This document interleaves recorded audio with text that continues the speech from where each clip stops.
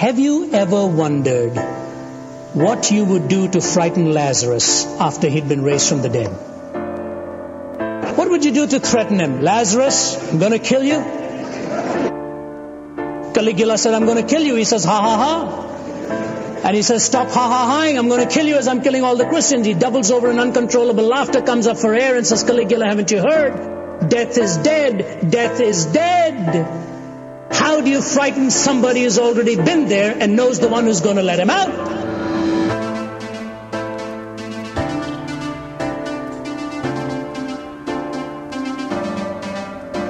But just think of stepping on shore and finding it heaven.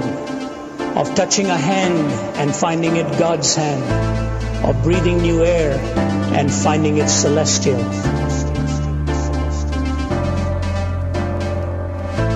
of waking up in glory and finding it home.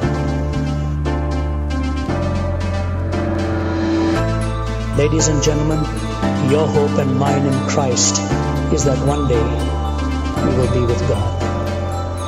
One day we will be with Him.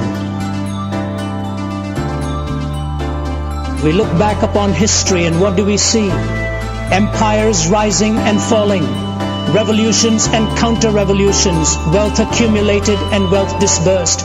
Shakespeare has spoken of the rise and fall of great ones that ebb and flow with the moon.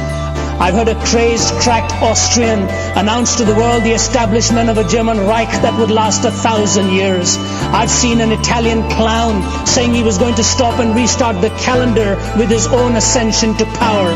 I have seen America more wealthier and in terms of military weaponry more powerful than the rest of the world put together, so that had the American people so desired, they could have outdone a Caesar or an Alexander in the range and scale of their conquest.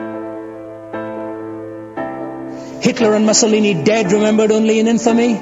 Stalin is a forbidden name in the regime he helped found and dominate for some 3 decades. America is haunted by fears of running out of the precious fluids that keeps her motorways roaring and the smog settling.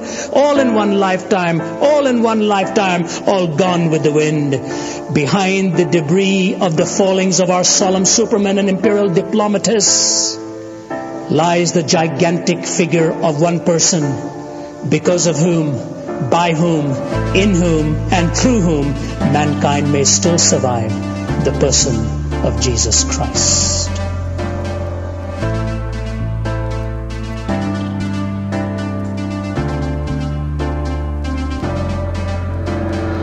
Isaiah calls him Wonderful Counselor.